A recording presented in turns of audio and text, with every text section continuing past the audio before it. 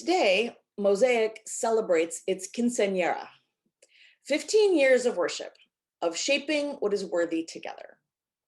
15 years of transforming lives through compassion, service, generosity, and respectful relationships.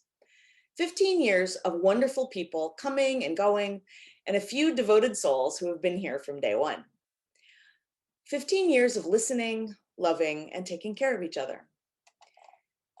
And also 15 years of ups and downs, of challenge and conflict, of uncertainty, whether we should or even can keep this going, of nomadic wandering from school cafeteria to rented retail space, of service projects and fundraisers and barely making the rent, of surviving and even thriving against all odds in a beloved online community navigating a global pandemic. We've seen a lot in our tender years, and we are remarkably wise and well-seasoned for a teenager. And as with all teenagers, life is putting some pressure on us to decide what we aspire to be in our adulthood. We are not a startup anymore. Indeed, we have made it past a point that a lot of organizations, regardless of their nature, never get to. We have proven that we have what it takes to make it for the long haul. And now we need to decide what the long haul looks like. And just like the teenager faced with the limitless possibilities of what do I want to be when I grow up, we find ourselves staring down the barrels of some very big questions. As the world becomes increasingly diverse and increasingly connected in ways we could scarcely have imagined 50 years ago, everybody is a neighbor on the internet. People have nearly limitless options in how they spend their time and energy. The needs that were once met almost exclusively in a church, like social connections or community bonding or service projects or recognition of life events, all those things can be served by hobbies and clubs and a staggering array of other social and societal networks.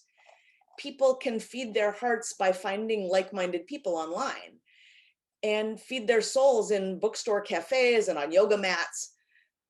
Church, if it hopes to be relevant in this new world, has to find a way to be as compelling or more compelling than all these other options.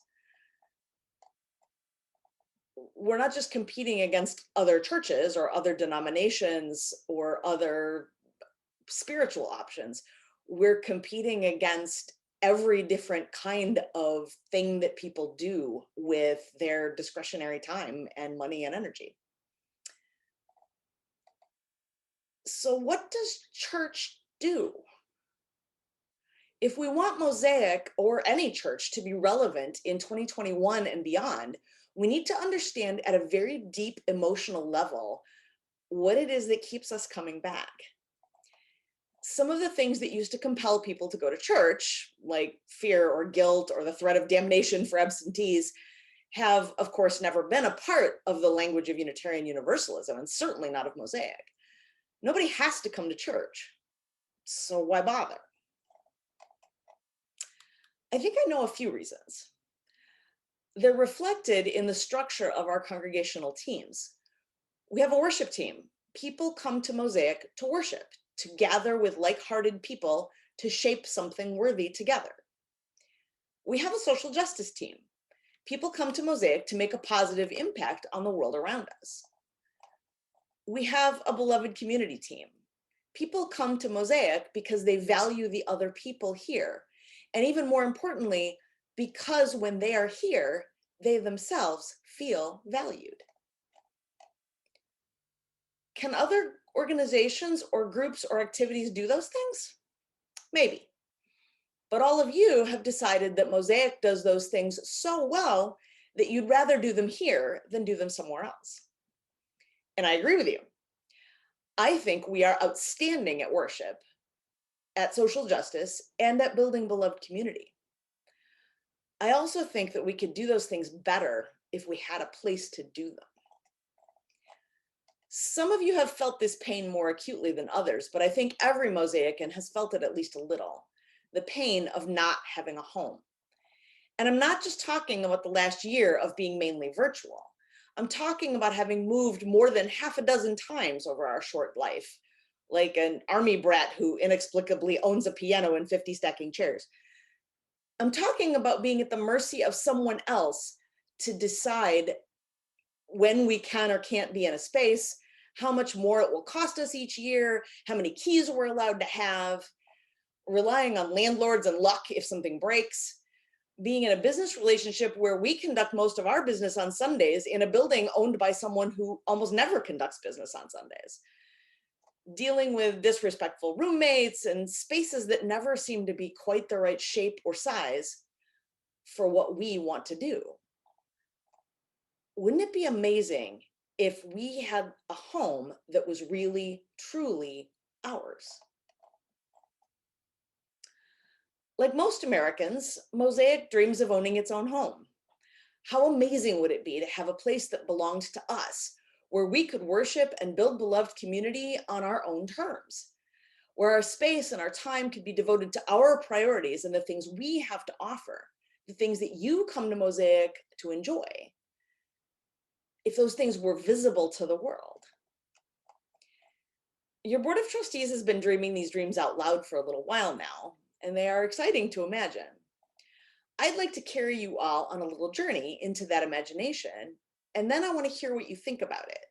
I intentionally left out some things and shortened some things in this service so that we'll have some time to talk before we extinguish the chalice. So what if Mosaic's home was an interfaith community center? Imagine a building with a beautiful, light-filled, flexible worship space that was able to accommodate anything from a 100-person wedding to a community yoga class, a Muslim call to prayer, or a jazz concert. Imagine that space also serving as the casual seating area of a cafe that would attract people of all ages for a snack and a chat, open on weekdays when the space was not otherwise in use, and generating a little bit of revenue. Imagine a smaller meeting rooms with teams working on solutions to pressing social justice issues, or covenant groups sharing their joys and struggles together. Imagine support groups lifting each other up, laughter erupting from a lively game of D&D, a teen drop-in for LGBTQ youth. Imagine a kitchen of smooth stainless steel filled with bustling volunteers and heady smells as a group prepares a pancake breakfast fundraiser or a spaghetti dinner for homeless families. Imagine something as simple and as profound as clean, spacious, gender-neutral bathrooms, easily accessible to people with walkers or wheelchairs, and just as accessible to people who have never felt comfortable with the signs that say men and women. Imagine a serene green outdoor space with picnic tables and trees and a grassy field for outdoor play, or a walking labyrinth for quiet contemplation. Imagine a place where UU principles are held up in a visible, powerful way every day, where every person who comes through the door feels loved and respected, the kind of place that would have been a station on the Underground Railroad, the kind of place where people come to get whatever they need, finding it in abundance, served with a smile. What if all of that could exist and have Mosaic's name on it? Wouldn't that be an amazing thing for us to be when we grow up? I will be the first to say that this idea is so ambitious that it might just be crazy. I expect it'll cost $1 million to build. I expect it'll take years. I expect Mosaic will remain a virtual congregation until it's finished. And maybe that's not something we have the will to do. Maybe not now, maybe not ever. But I will also be the first to say that I would rather stay online forever. I would rather abandon all hope of growing into our full potential than go back into another sad little retail space or office suite that is too small and too expensive and barely visible from the street. We are in a unique moment in time when traditional churches are dying and we don't yet know what is going to take their place. Right now, we have minimal expenses and an opportunity to raise money faster and easier than we've ever done before. In the last year, more than 500,000 people have died of a pandemic disease, and thousands of businesses and organizations and churches have died as collateral damage. Now is when we find out what rises from those ashes and becomes the centerpiece of our new way of life. Wouldn't it be amazing if the Mosaic Interfaith Community Center was that centerpiece? That's what I want us to be when we grow up.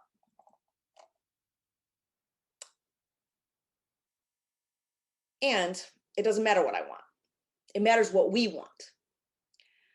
We are a consensus-driven congregation, and every person's voice matters here. So I want to talk about this crazy idea. What do you think? What do you want Mosaic to be when we grow up?